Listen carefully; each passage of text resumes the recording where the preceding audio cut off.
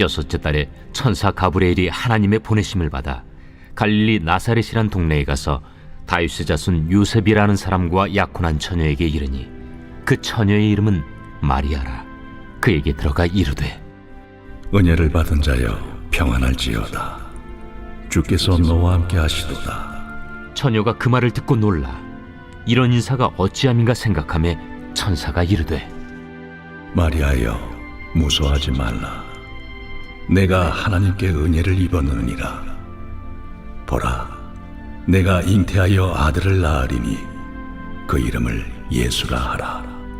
그가 큰 자가 되고 지극히 높으신 이의 아들이라 일컬어질 것이요 주 하나님께서 그 조상 다윗의 왕위를 그에게 주시리니 영원히 야곱의 집을 왕으로 다스릴 것이며 그 나라가 무궁하리라.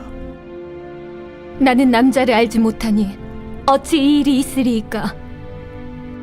성령이 내게 임하시고 지극히 높으신 이의 능력이 너를 덮으시리니 이러므로 나실 바 거룩한 이는 하나님의 아들이라 일컬어지리라. 안녕하십니까, 박세종 목사입니다. 2020년 12월 6일 주일날 예배를 우리가 함께 드리고 있습니다. 대강절 둘째 주일입니다. 우리 주님 예수님께서 이 땅에 오심을 기다리는 이 대강절 기간 동안 우리 모두가 의미 있는 시간들이 다 될 수 있기를 주님의 이름으로 축원합니다. 이번 성탄절에는 예년과 다르게 지난 3월 이후부터 지금까지 그래왔던 것처럼 코로나19로 인하여 어쩌면 만남도 제대로 가지지 못하고 그냥 우리가 있던 그 자리를 각자 가정에서 지켜야 할지 모르겠습니다. 매일 온타리오 주 안에서도 확진자가 급격하게 늘어나는 것을 보며 더욱더 우리는 외출하실 때나 또 여러 가지 만남이 있을 때 더욱 조심해야 하겠습니다. 지난 한 해에는 우리가 누구도 기대하지 않았던 이 코로나 바이러스로 인하여 참으로 많은 어려움을 겪었습니다. 모든 분들이 서로 자기 건강을 지키기 위하여 격리해야 하는 상황 속에서도 우리가 예배를 온전하게 제대로 드리지 못했지만 그러나 온라인으로 통하여 우리는 더욱더 열심히 하나님 앞에 예배를 잘 드리려고 노력했던 것 같습니다. 그래서 저는 우리 모든 예배교회 성도님들이 참으로 고맙고 자랑스럽고 감사한 마음이 있습니다. 힘들고 어려운 가운데서 여러분들은 잘 참아내 주시고 또 잘 이겨주시고 또 우리 공동체 안에서 우리의 마음가짐이 흐트러짐 없이 우리 신앙생활을 잘 하고 계시는 것에 대하여 무엇보다도 감사를 드리고 있습니다. 어떤 분들은 이 코로나19로 인하여 잠시 어려움을 겪다가 삶의 무게를 가벼워지신 분들도 있을지도 모르고 또 다른 어떤 분들은 여전히 삶의 무게로 인하여 여전히 힘들어하고 계시는 분들이 혹 있을지 모릅니다. 그럼에도 불구하고 우리는 지금 어떤 순간에도 여러분들 모두가 지금 처해 있는 자리가 어떠하든지 모든 분들이 잘 이겨내 주시리라고 믿습니다. 끝까지 포기하지 않고 끝까지 견디어내면 반드시 그 끝은 우리에게 다가올 줄로 믿습니다. 그때까지 포기하지 말고 잘 이겨내 주시기를 진심으로 부탁을 드립니다. 무엇보다도 코로나19가 끝날 때까지 다른 어떤 문제 앞에 우리의 삶이 어떤 식으로 위협적으로 노출되어진다 할지라도 하나님이 주시는 이 말씀에 힘을 입어 우리의 믿음과 삶을 잘 지켜나갈 수 있기를 진심으로 소망합니다. 비록 지난 한 해에는 우리가 원하는 만큼 또 생각하는 만큼 많은 것을 얻지 못했다 할지라도 오히려 또 우리가 생각하는 것보다 더 많은 것을 잃어버렸을지도 모릅니다. 그렇다고 결코 실망하거나 포기하지 말아야 할 것입니다. 왜냐하면 변함없이 끝까지 우리와 함께 해주시고 우리와 함께 우리를 위하여 간구하시는 성령 하나님이 계시기 때문에 그렇습니다. 오늘 말씀의 제목은 하나님의 은혜를 입은 자입니다. 우리는 흔히 하나님의 은혜를 입은 자의 삶은 얼마나 행복할까라고 생각하기 쉽습니다. 그렇습니다. 우리가 일반적으로 하나님의 은혜를 입으면 얼마나 감사하고 즐겁고 또한 기쁨이 아니겠습니까? 오늘 본문을 보니 두 인물이 집중되어 나타나는데 한 명은 마리아이고 다른 한 명은 천사 가브리엘입니다. 마리아와 이 가브리엘 천사는 존재 자체로부터 시작해요. 상당한 차이가 있습니다. 오늘 말씀의 중심을 이 인간 마리아, 연약한 이 한 여인, 이 마리아의 입장에서 한번 살펴보고자 합니다. 오늘 본문에 있는 26절을 보면 여섯째 달에라는 말로 말씀이 시작합니다. 이 여섯째 달이라는 말은 엘리사벳이 아이를 잉태한 지 여섯째 달이라는 말입니다. 이 엘리사벳은 마리아와 친족 관계에 있던 자인데 나이가 많아서 아이를 가질 수 없게 되었는데 하나님의 천사가 엘리사벳의 남편 이 사가랴에게 찾아가 아내 엘리사벳이 잉태하게 될 것이라고 예고하였고 이후에 그 아이를 잉태하게 되었습니다. 그런지 6개월이 되었다는 겁니다. 우리가 잘 알다시피 이 아이가 다름 아닌 바로 훗날 세례 요한이 되었습니다. 엘리사벳이 잉태한 지 6개월이 되었을 즈음 천사 가브리엘이 마리아를 찾아와 이렇게 말을 합니다. 은혜를 받은 자여 평안할지어다. 주께서 너와 함께 하시도다. 이 오늘 말씀의 핵심이 이 단 한 구절인데요. 이 짧은 구절에서 우리가 관심 있게 볼 세 단어가 있습니다. 그 첫 번째는 은혜라는 단어이고 두 번째는 평안이라는 말이며 세 번째는 함께라는 단어입니다. 이 말은 서로 깊은 연관성을 가지고 있습니다. 이 세 단어에 대해서 먼저 살펴보겠습니다.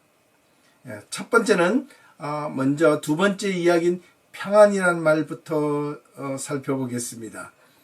이 말이 헬라어로는 원래 평안이라는 단어가 에이레네라는 말인데 여기서는 카이레라는 말로 사용하고 있습니다. 이 카이레라는 이 말은 사실 유대 땅에서는 인사말이었습니다.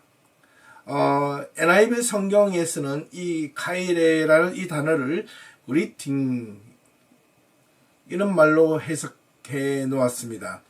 안녕, 잘 있었니? 잘 지내지? 어서와, 별일 없지? 평안하지? 이런 말 뜻입니다. 이 두 번째 단어는 이 은혜라는 단어인데요. 이 은혜라는 말은 원래 원문에는 호의라는 말과 유사합니다. 그래서 영어에서는 favors 이렇게 해석을 했습니다.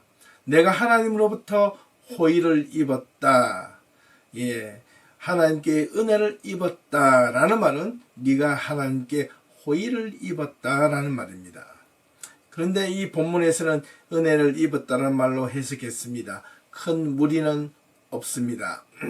세 번째 단어 함께라는 말입니다. 하나님이 마리아 너와 함께 하신다는 그 말이었습니다. 이 말은 현재형으로 사용하고 있지만 미래형까지 포함되는 말이기도 합니다. 하나님께서 지금부터 너와 함께 하실 거야 라는 말이기도 합니다. 마리아는 이 세 마디를 듣는 순간 사실 감사와 기쁨보다는 직감적으로 두려움을 느꼈습니다. 대개 하나님의 사자가 찾아와 누군가에게 말을 걸 때에는 하나님의 계시를 전하기 위해서입니다. 그 계시에는 가장 우선적으로 하나님의 심판의 목적으로 계시되는 경우가 다분했습니다. 또 그 다음에는 하나님께서 미래에 하실 사역에 대하여 전해주는 경우였습니다. 아마 일반적으로 평범한 이 한 여인 마리아에게는 이 천사 가브리엘이 찾아온 것 자체가 아주 낯설고 생소하며 두려움 그 모습 자체가 아닐 수 없습니다. 그래서 이 천사 가브리엘이 마리아에게 찾아와 인사하는 첫마디가 먼저 안심시키는 말로 시작합니다. 그리고 친근하게 말을 내던집니다. 쉽게 풀어 설명하면 이렇습니다. 잘 지내지? 안녕, 안녕. 이런 예전부터 알고 있었다는 듯이 이렇게 친근하게 인사하는 것처럼 비추어집니다. 그리고 나서 담대하게, 자, 마리아야, 있잖아, 놀랬지? 괜찮아. 일단 정신 차리고 마음 굳게 먹고 내 말을 잘 들어보렴. 이라는 말로 마리아에게 시작을 한 것입니다. 마리아는 이 말의 뜻이 무슨 말인지 금방 알아차리기가 힘들어 적잖이 놀라고 두려웠을 것이면 틀림없었습니다. 그리고 자신은 어떻게 해야 할지 모르고 그저 당황스러움에 가만히 듣고만 있을 수밖에 없었습니다. 지금 자신에게 찾아온 이 천사가 오히려 정말 어떻게 보면 정말 하나님의 천사인지 아닌지도 확인할 길이 없는 그런 상황 말입니다. 우리는 성경에 기록되어져 있으니 가브리엘이 천사라는 사실을 미리 인지하고 있지만 한번 마리아의 입장에서 한번 생각해 보십시오. 마리아의 입장에서는 그의 신분이 무엇인지 도대체 알기가 분명 선뜻 어려웠을 것입니다. 어쩌면 이렇게 마리아가 생각했는지도 모릅니다. 도대체 당신은 누구이길래 갑자기 나에게 찾아와 무슨 말을 하려는 것인가? 천사 가브리엘은 마리아에게 아직도 결혼도 하지 않은 여인에게 청천벽력과 같은 말을 내던집니다. 보라, 내가 수태하여 아들을 낳으리니 그 이름을 예수라 하라. 이 말을 듣는 순간 마리아의 입장에서는 어떤 생각이 들었겠습니까? 아무리 농담이라고 해도 할 농담과 하지 말아야 할 농담이 있는데 이 말은 자신 앞에 서 있는 이 천사의 말은 상당한 무게감이 있었고 거짓말이나 농담으로 여겨지지도 않았습니다. 그런데 이 말을 들은 마리아에게는 자기가 현실적으로 다가올 두려움으로 더 많이 가득 찰 수밖에 없었습니다. 지금 자신에게는 이미 약혼한 남자가 있었습니다. 이 남자와 결혼하기 전에 지금 자신에게 아기를 가진다? 그것은 약혼한 남자에게 뿐만 아니라 당시 유대 사회에서도 결코 용납할 수 없는 일이기도 했습니다. 결혼 전까지 약혼한 남자와 동침해서도 안 되고 더더욱 이름 모를 외간 남자와 동침을 한 것처럼 그렇게 전해진다면 그것은 유대 율법에 의거해요. 돌로 맞아 죽어도 시원치 않을 중요한 중범죄입니다. 오히려 집안이 망하는 일이고 여자로서의 생명이 끝나는 날벼락과 같은 소식이었습니다. 지금은 우리가 이 마리아가 인류를 구원할 아기 예수님을 잉태하였다는 사실을 우리는 잘 알고 있고 또 그 사실에 대해서 기뻐하며 이 성탄절을 기다리고 있지만 하지만 마리아의 입장에서 한번 생각해 보십시오. 여러분들이 지금 마리아였다면 지금 이 천사 가브리엘이 하는 말이 도대체 이해할 수 없었을 것입니다. 갈릴리 나사렛이라고 하는 아주 작은 마을에서 살고 있는 한 시골 처녀에게 세상을 구원할 자를 잉태한다? 상식적으로 말이나 되는 소리입니까? 누가 보아도 말도 안 되는 그런 이야기를 지금 마리아는 듣고 있습니다. 이런 상황이라면 마리아는 천사의 말을 막거나 화를 내고 역정을 부려야 했습니다. 그게 정상입니다. 그런데 마리아는 천사의 말을 계속 듣고 있습니다. 저가 큰 자가 되고 지극히 높으신 이의 아들이라 일컬을 것이요 주 하나님께서 그 조상 다윗의 위를 저에게 주시리니 영원히 야곱의 집에 왕노릇 할 것이며 그 나라가 무궁하리라는 말을 듣게 됩니다. 사실 마리아는 이런 말이 전혀 귀에 들려오질 않습니다. 왜냐하면 지금 이 말이 사실이라면 훗날 아들이 높으신 이 아들이 되는 것보다 지금 당장 곧 앞으로 닥쳐질 자기의 신변에 대한 위협이나 주변의 사람들로부터 당해야 될 수모와 모멸과 핍박이 더 걱정이 된 것이면 틀림이 없습니다. 지금 마리아는 이것을 받아들이면 앞으로 당면해야 할 세상적인 위기에 대하여 어찌 보면 세상적인 표현으로 하면 도박을 해야 했는지도 모릅니다. 일이라도 혹 잘못 꼬여 잘못되어진다면 그동안 자신이 살아온 삶의 전체가 무너지고 망가질지도 모른다는 그런 위기 앞에 놓여져 있습니다. 더구나 약혼한 남자일지라도 가까이 해보지도 않았고 전혀 남자라고는 몰랐던 이 여인에게 아이를 가진다면 여러분들은 어떤 생각을 하시겠습니까? 앞서 말씀드린 대로 당시 사회적으로 율법이나 윤리적으로 결코 용납될 수 없는 일이었기 때문에 그렇습니다. 그런데 마리아는 어떻게 이런 위험과 위기를 무릅쓰고 천사 가브리엘의 말에 집중하여 다시 순종하게 되었을까요? 38절을 보면 마리아는 이렇게 천사에게 가브리엘의 말에 응답합니다. 주의 여정이오니 말씀대로 내게 이루어지리이다. 참 이 말은 듣고 또 보고 또 볼수록 참으로 신기하고 용기가 아닌 말이 아닐 수 없습니다. 도대체 이 마리아는 어떻게 이런 고백을 할 수 있었을까? 제가 만약 마리아라면 사실 이 주의 여정이오니 말씀대로 내게 이루어지리다 이런 말을 쉽게 할 수 없었을 것 같아요. 오히려 천사 가브리엘에게 나는 너무나 연약한 여자이고 나는 두렵고 떨리고 내가 앞으로 감당해야 할 이 세상의 어려움과 수모를 견딜 수 없으니 이러한 소식을 거두어 주시옵소서. 나는 그렇게 받아들일 수 없습니다라고 말을 했었을지도 모릅니다. 하지만 마리아의 이 고백은 자신이 앞으로 당할지도 모르는 위험을 감수하겠다는 고백이었습니다. 아무리 마리아 자신이 원치도 않게 얻어지는 아기가 왕이 된다 할지라도 그 과정 속에서 세상 사람들이 이해할 수 없는 부정한 짓으로 비추어진다면 그것이 무슨 소용이 있겠냐라는 겁니다. 그저가 아무리 왕의 정통성이나 어머니가 되는 마리아 자신은 그렇게 된다 할지라도 그 아이가 태어나자마자 어떤 어려움을 겪을지도 모르고 또 얼마나 자신이 수모와 고통을 감당해야 될지 모르는 생각입니다. 그것을 생각하면 끔찍합니다.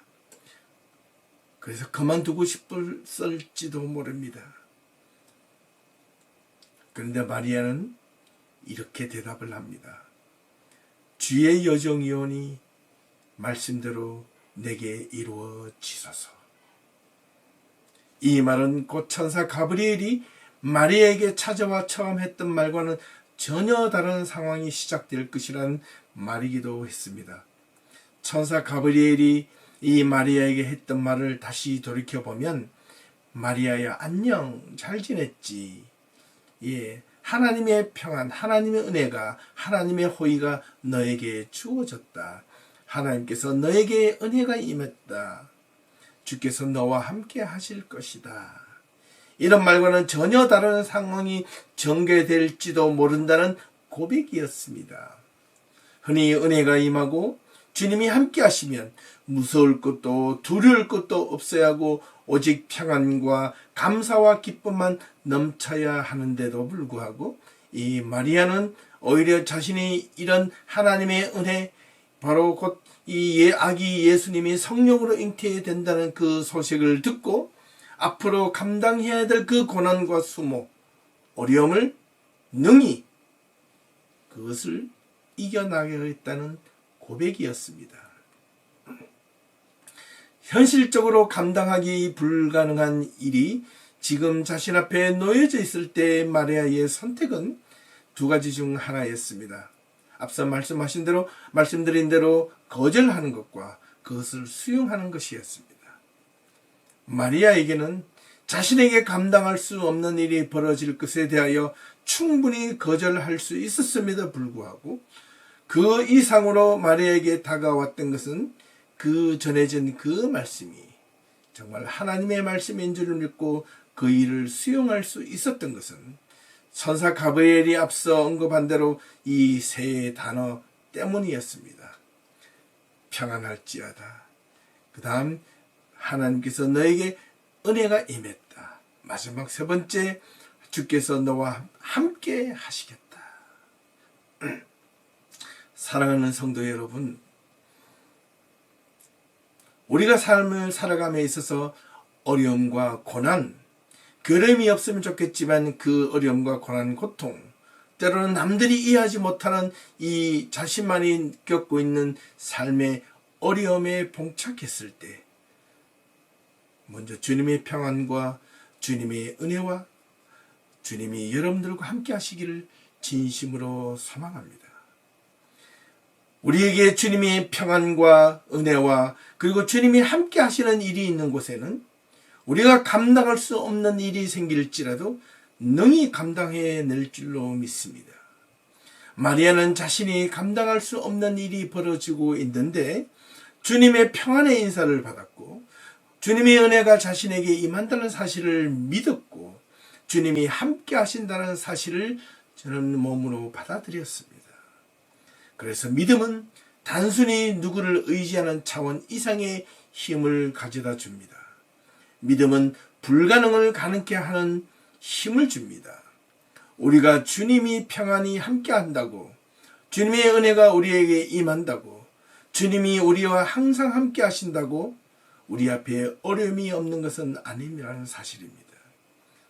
오히려 주님의 은혜가 있기에, 주님의 평화가 있기에, 주님이 함께 하시기에 지금 우리가 겪고 있는 삶의 어려움 가운데서도 그 안에서 평안을 누릴 수 있고 주님의 은혜가 함께 하시기에 오늘 우리가 감당하고 있는 이 어려운 상황 속에서도 능히 넉넉함이 있고 주님이 함께 하시기에 우리의 삶을 무엇보다 지혜롭게 끝까지 포기하지 않고 잘 참아내고 헤쳐나갈 수 있다는 사실입니다.